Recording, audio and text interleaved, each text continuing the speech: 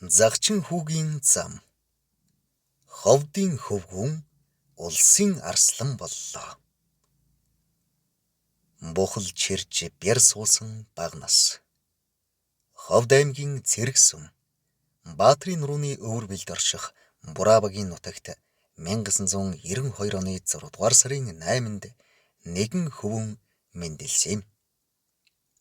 Баяр хүүгийн ууган хүү дороо 3 дүүтэй энэ хүүг Бат үлзий гэнэ.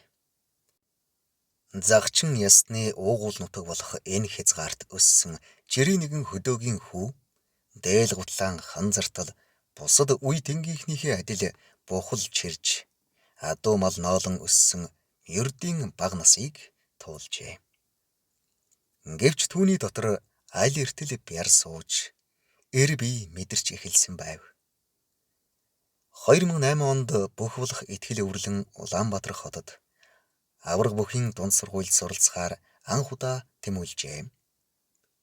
Гэвч аймгийн төвч орж үзээгүй жаахан хүүд Улаанбаатар хот бидээш дасахад хэцүү санагдаж нутаг буцах шийдвэр гаргасанч. Гэртээ ирэхэд аав нь миний хүү бүх болж чадахгүй юм чинь малаа малал хэмээн хэлж тэрээр нэг жилийг мал хариулан өнгөрөөв. Санамсаргүй мэдлэлт. Сумын заанаас үлгийн их сурвалж хүртэл.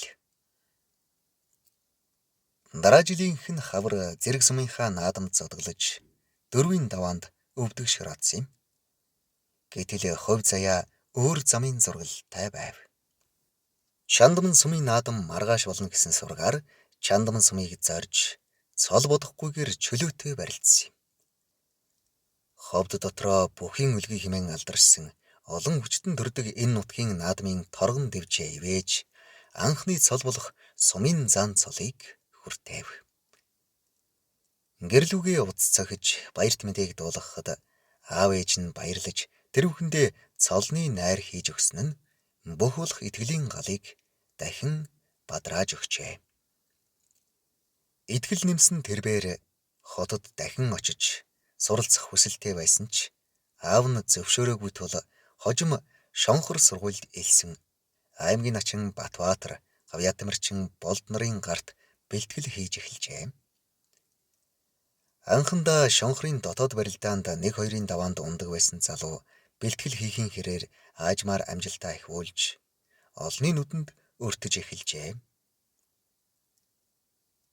Цолны шат сумын заанаас улсын зааныг хүртэл.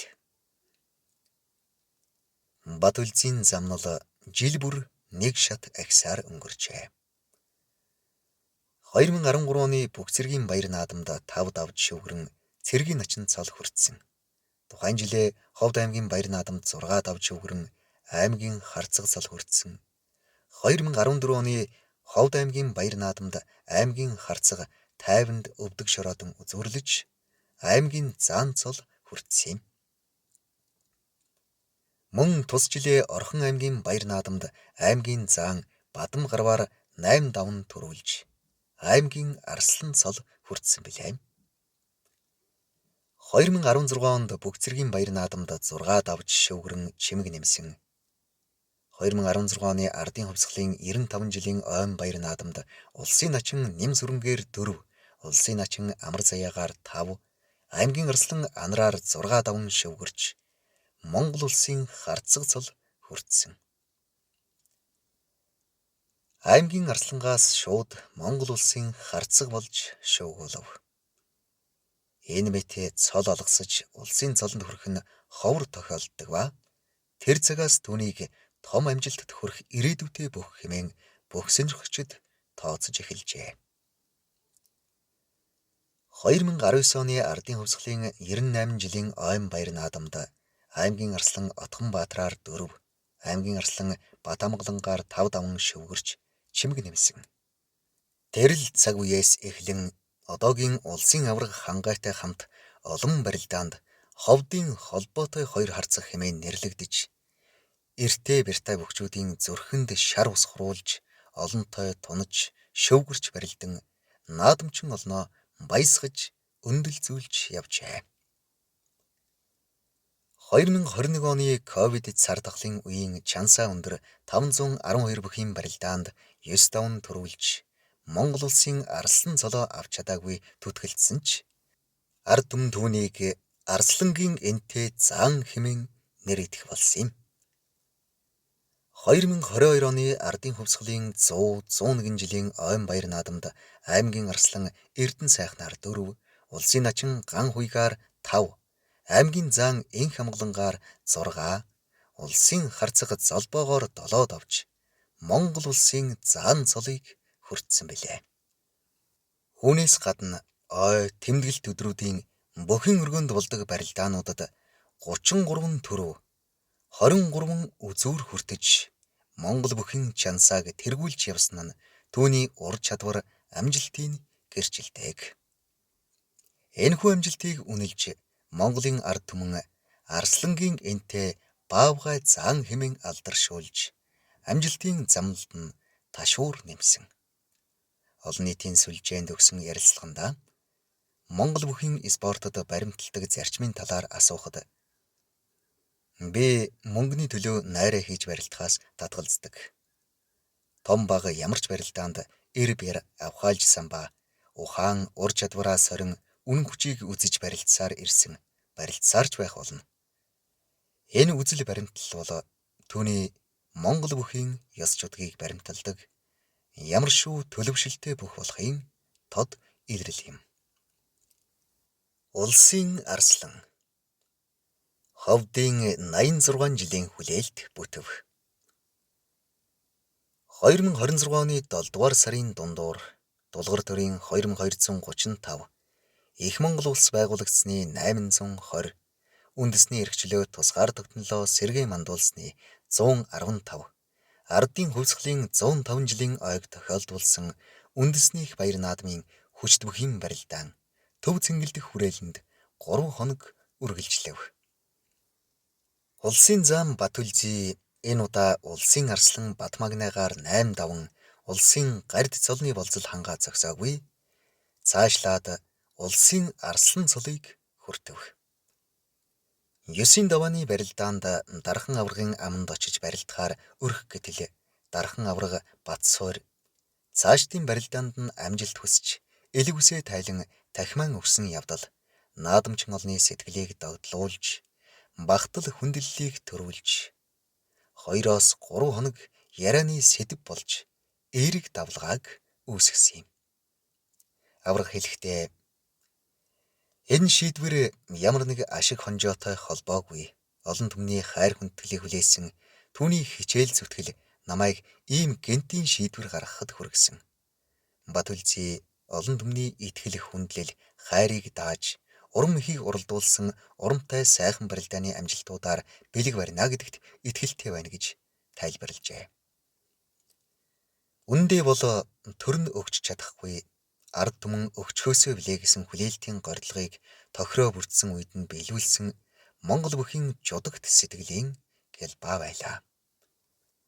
Энэ ялалт зөвхөн нэгэн бүхийн хувийн амжилт дэггүй ховд нутгийн түүхэнд тэмдэглэгдэн үлдэх түүхэн үйл явдал болсон юм. 1940 оны баяр наадамд төрүүлж улсын арслан цол хүртэж байсан Шарвын Ванчин хүүгээс хойш Ховд аймгаас арслан цолтон төрөөгүй байсан бол Батүлзий тэрхүү удаан хүлээлтийг гүйцэлдүүлэв. Одоогийн байдлаар Монгол бүхийн түүхэнд нийт 56 улсын арслан цолтон бий бөгөөд Ванчин хүү 20 дахь нь байсан бол Батүлзий хамгийн сүүлчийн одоогийн отхон арслан болон жагссан билээ. Улсын наадамд 5 шөвгөрсөн амжилтаараа тэрбээр одоогийн арслан цолтнуудын эренбэд оюун булдын дараа харин Батмагнай Бямбутхан нараас өмнө жагсах болжээ.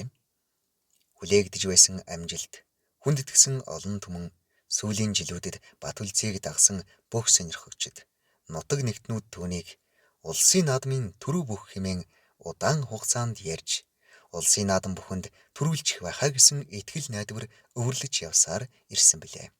Эцэст нь энэ таамаг биелж Алдар спорт хороо, Monted Construction компани, Зэвсэгт хүчний Тэг 34 дугаар анги, Махимпекс компани зэрэг байгууллагуудын дэмжлэгтэйгээр ховд дэвжээний бүх хэмээн цоллуулж явсан тэрээр өдгөө ховдынхны ялангуяа зэрэг сумын загчин ард түмний бахархал болоод байна. Бухалж ирсэн бага наснаас улсын арслан хүртлэх зам нь төвчээр шаргуу хөдөлмөр эх орондоо эцэг ихтэй хүсэл мөрөөдөлтөө үнэнч байсны үр дүн болж өнөөдөр залуу үеийнхэнд урам зориг өгч буй нэгэн жишээ болон түүхэнд үлдэж байна.